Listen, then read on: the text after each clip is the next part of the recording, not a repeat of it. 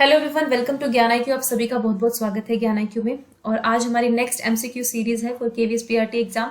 तो आज का जो टॉपिक रहेगा वो रहेगा कॉम्पिटेंसी बेस्ड एजुकेशन। इसके बारे में थोड़ा सा मैंने आपको कल की वीडियो में बता ही दिया था कि क्या ये है, इसका कंसेप्ट क्या है। ठीक है, देखो हर चीज कवर हम नहीं कर सकते। कुछ क्वेश्चंस मुझे काफी अच्छे मिले और तो वो भी मैंने इंक्लूड कर दिए हैं। उसमें कुछ एक आधी चीजें नई है तो वो भी आप अच्छे तरीके से कर पाएंगे। ठीक है, तो कुछ क्वेश्चंस को देखेंगे अपने। देखो 10 ही क्वेश्चंस बना पाई हूँ मैं इतने टाइम पे, I am sorry for that. But क्या करें, जितने भी हैं आप बस प्रैक्टिस करते रहिए, वही सबसे ज्यादा इंपॉर्टेंट है। और यस, एक चीज प्लान कर रही हूँ मैं कि एक संडे को, इस संडे ना तो अगले संडे, आपके एग्जाम से 2-4 दिन पहले एक मैराथन करेंगे। ठीक है, मतलब मैं चाह रही हूँ कि एक बड़ी सी वीडियो हो जिसमें काफी क्वेश्चन मिक्स हो पूरे पेडागोजी के जो 60 नंबर का पार्ट है। तो कुछ क्वेश्चंस को बस उस पर काम कर रही हूँ, लेकिन जैसे वो काम पूरा हो जाएगा तो उसी टाइम में वो प्रीमियर कर दूंगी, ताकि आप लोग उस पर, चाहे वो 120 क्वेश्चंस की भी हो सकती है, 60 क्वेश्चंस की भी हो सकती है। ओके, तो उसको देखेंगे एक बार। वो आपका एक तरह का टेस्ट होगा, बढ़िया वाला। ठीक है, चलिए फिर आज के टेस्ट के बारे में या फिर आज के MCQ सीरीज के बारे में बात कर लेते हैं। तो टॉपिक वही है, कॉम्पिटेंसी बेस्ड एजुकेशन यानी कि CBE। देखते हैं अब आगे। So first question is, which is the competency based assessment proposed by CBSE to assess students learning outcomes and key competencies? तो इनमें से कौन सा ऐसा बेसिकली कॉम्पिटेंसी बेस्ड असेसमेंट था जो प्रपोज किया था CBSE ने। ये ज्यादा नया नहीं है, ये मतलब सॉरी ज्यादा पुराना नहीं है, 2 साल ही हुए इसको। बेसिकली आई थिंक 21-22 में पहला कंडक्ट भी कराया जा चुका है।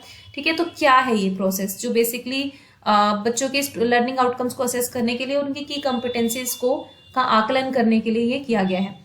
तो इसका एक एब्रीवेशन में आजकल नाम आपको पता ही है, ऐसे हरे हैं। तो पहला है सफल, दूसरा है पास, तीसरा है विकास और चौथा है कि इनमें से कोई नहीं या कोई और भी हो सकता है। ओके, तो चलिए फटाफट से आंसर कीजिए, इसका क्या आंसर होगा। तो देखिए, जो CBSE ने प्रपोज किया है जो असेसमेंट, एक तरह का लर्निंग आउटकम्स को और प्लस की कॉम्पिटेंसीज को असेस करने का, वो है ऑप्शन नंबर A, सफल। ठीक है, अब सफल क्या है इसके बारे में बात करेंगे हम अगले उसमें। तो अगला क्वेश्चन यही है कि सफल की फुल फॉर्म क्या है, क्योंकि फुल फॉर्म पे भी क्वेश्चंस आ सकते हैं, है ना। तो चलो आपको बताना है कि सफल की फुल फॉर्म क्या है। हिंदी में तो हमें पता है कि सफल होता क्या है, ठीक है, लेकिन इंग्लिश में इसका एब्रीविएशन को कुछ दिया गया है नाम, तो वो आपको बताना है। पहला है student assessment for analysing learning, दूसरा है structured assessment for analysing learning, तीसरा है student assessment for advance learning, structured assessment for advance learning. ठीक है, बस यहाँ पे 2 वर्ड्स का और यहाँ पे इनका डिफरेंस है।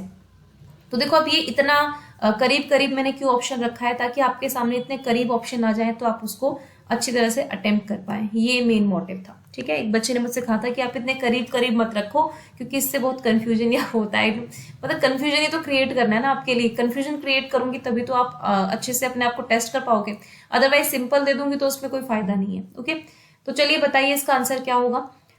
देखिए, इसका जो करेक्ट ऑप्शन होगा वो होगा structured assessment for analysing learning. ये जो सफल पूरा है, ये structured assessment for analysing learning है, ये बेसिकली ग्रेड वाइज रखा गया है। ठीक है, ग्रेड 3, 5 और 8 के लिए। और ये प्रपोज्ड है कि इसको एक बार अप्लाई करके देखा जाएगा, अगर सक्सेसफुल रहेगा तो आगे इंप्लीमेंट किया जाएगा।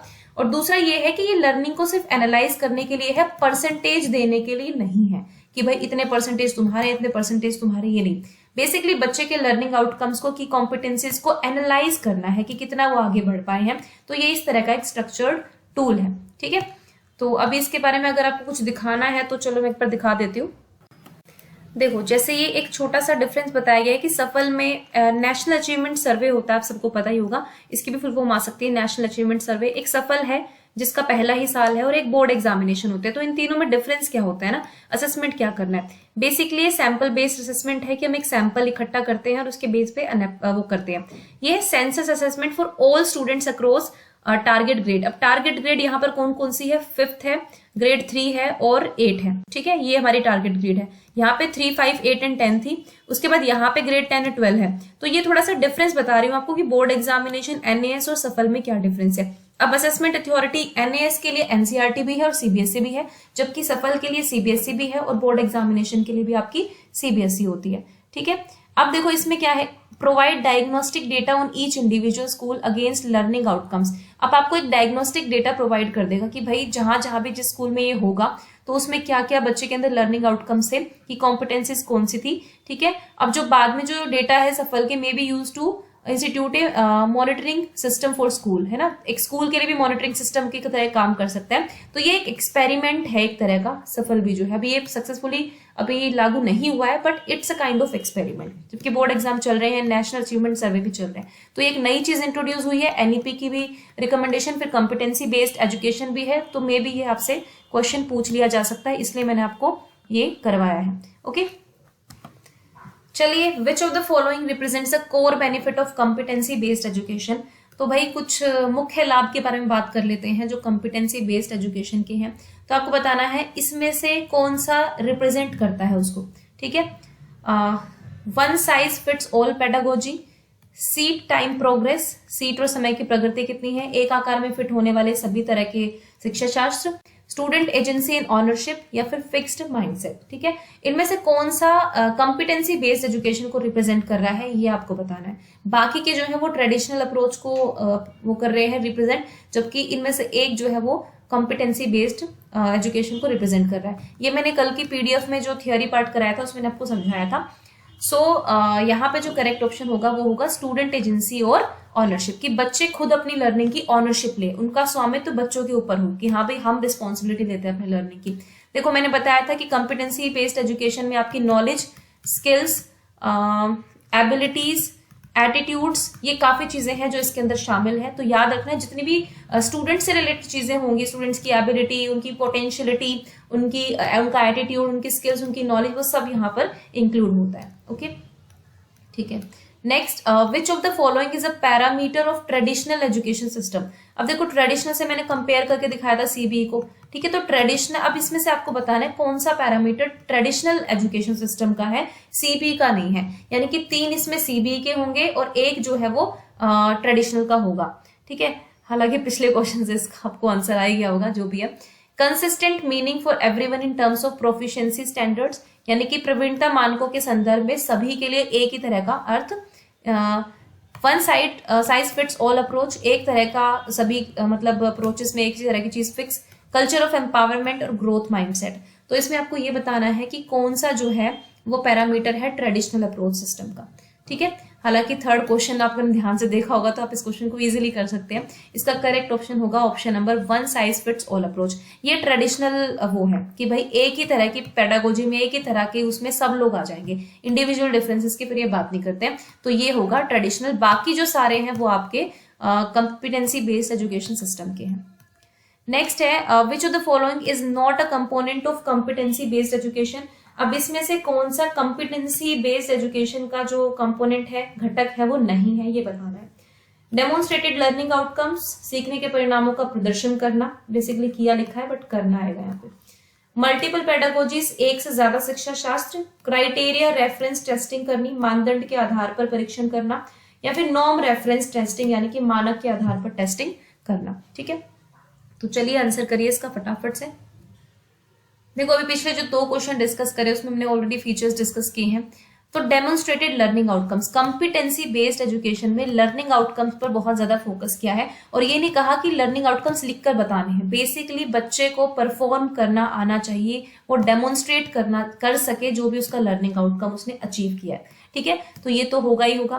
फिर मल्टीपल पेडागोजीज यूज करनी है, मैंने कहा ना एक तरह की नहीं करनी, अब डिफरेंट छात्र हैं तो डिफरेंट तरीके की पेडागोजीज इस्तेमाल करनी है। फिर क्राइटेरिया नॉर्म में से यहाँ पे क्राइटेरिया बिल्कुल सीबीई का एक पार्ट है, बट नॉर्म रेफरेंस्ड यहाँ पे करेक्ट ऑप्शन होगा। देखो क्राइटेरिया है कि एक मानदंड सेट कर दो उसके हिसाब से सारे बच्चे, और ये है एक मानक स्टैंडर्ड सेट कर दो, तो यहाँ पे नॉर्म रेफरेंस नहीं होगा, यहाँ पे क्राइटेरिया रेफरेंस्ड होगा। तो ऑप्शन नंबर 5 का जो है answer, not a competency based education system, वो होगा आपका नॉर्म रेफरेंस टेस्टिंग यहाँ पर।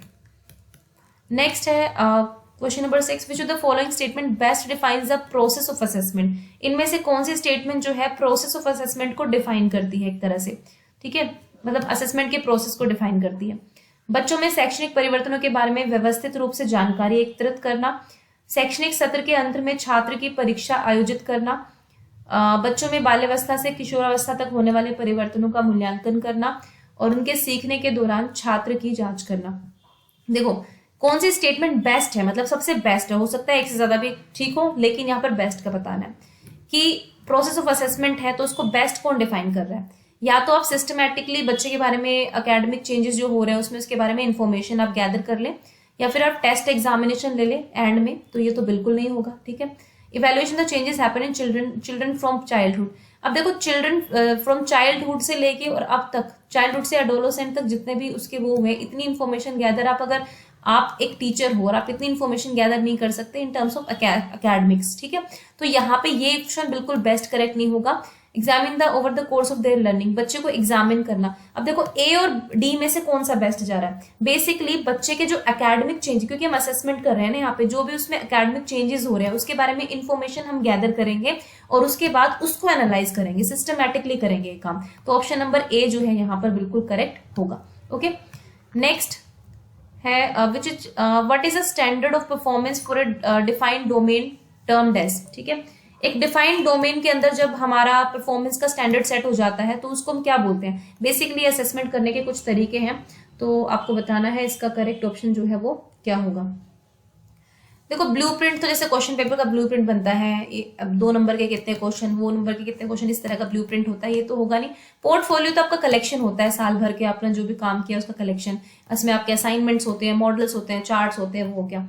ऑब्जर्वेशन भी नहीं होगा, ये होती है रूब्रिक्स। रूब्रिक्स में प्रॉपर लिखा होता है कि ये इस लेवल का क्या स्टैंडर्ड है, इस लेवल का क्या है, इस डोमेन में क्या चीजें आती हैं, उसके आधार पर फिर आप बच्चों का असेसमेंट करते हैं। तो इसका आंसर होगा रूब्रिक्स।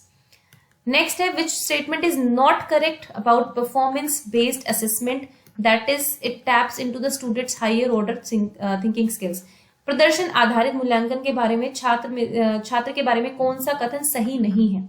ठीक है, यानी कि ये छात्रों के उच्च क्रम कौशलों की बात करता है बेसिकली, तो उनमें से कौन सा नहीं है। Using inductive and deductive reasoning को यूज करना है ना, specific to general and general to specific. Evaluating the reliability of the source of information, जो भी इंफॉर्मेशन सोर्स है उसकी रिलायबिलिटी कितनी है ये चेक करना। ठीक है, विश्वसनीयता उसकी, वो विश्वास करने लायक है नहीं, रिलायबिलिटी एंड वैलिडिटी आपको पता ही होगा। Synthesising information to draw conclusions, तो आप जानकारी का संश्लेषण करते हैं ताकि आप निष्कर्ष निकाल सके। या रिप्रोड्यूसिंग नॉलेज बेस्ड इंफॉर्मेशन, या फिर ज्ञान आधारित जानकारी का एक तरह से रिप्रोडक्शन करना। तो भाई परफॉर्मेंस बेस्ड है तो आप सिर्फ फैक्ट्स के बारे में रिप्रोडक्शन थोड़ी करवाएंगे बच्चे से कि हाँ भाई तुम्हें ये पता है फटाफट से फैक्ट्स बता दो। नो, नॉलेज बेस्ड एजुकेशन, ये सारे जो है ये आपके कहीं ना कहीं डिस्क्रिप्टिव है थोड़े से। इंडक्टिव डिडक्टिव रीजनिंग का यूज कर सकते हैं आप। रिलायबिलिटी चेक करेंगे, सोर्स ऑफ इन्फॉर्मेशन क्या है, इन्फॉर्मेशन गैदर करेंगे, उससे कंक्लूजन निकालेंगे। सिर्फ मेयरली ये नॉलेज बेस्ड इन्फॉर्मेशन से को रिप्रोड्यूस करने से कुछ भी ऐसा नहीं होगा कि आप परफॉर्मेंस बेस्ड असेसमेंट उस बच्चे का कर पाए। बेसिकली उसको परफॉर्म करना जरूरी है। तो ऑप्शन नंबर यहाँ पे 4 बिल्कुल करेक्ट होगा इसके अकॉर्डिंग। नेक्स्ट है transversal competencies.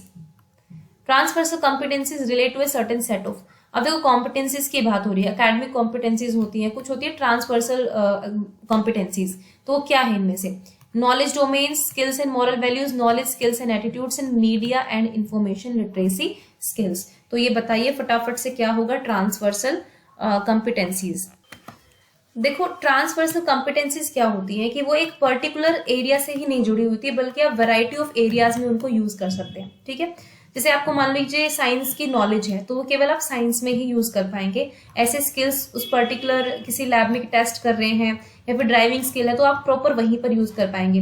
Knowledge skills and attitude सब उसमें आता है। बट मीडिया हो गया, लिटरेसी इंफॉर्मेशन हो गया, ठीक है, इंटरपर्सनल स्किल्स हो गई आपकी, या फिर आपकी मैं कहूं तो ग्लोबल सिटीजनशिप के बारे में स्किल्स होगी। बहुत सारी ऐसी स्किल्स है जो आप वैरायटी ऑफ सिचुएशंस में यूज कर सकते हो, तो इनको हम ट्रांसवर्सल कॉम्पिटेंसीज बोलते हैं। तो ऑप्शन नंबर ए यहाँ पर बिल्कुल करेक्ट होगा। ओके, नेक्स्ट क्वेश्चन है what should be an assessment, what should an assessment be based on to a holistic and free from biasness.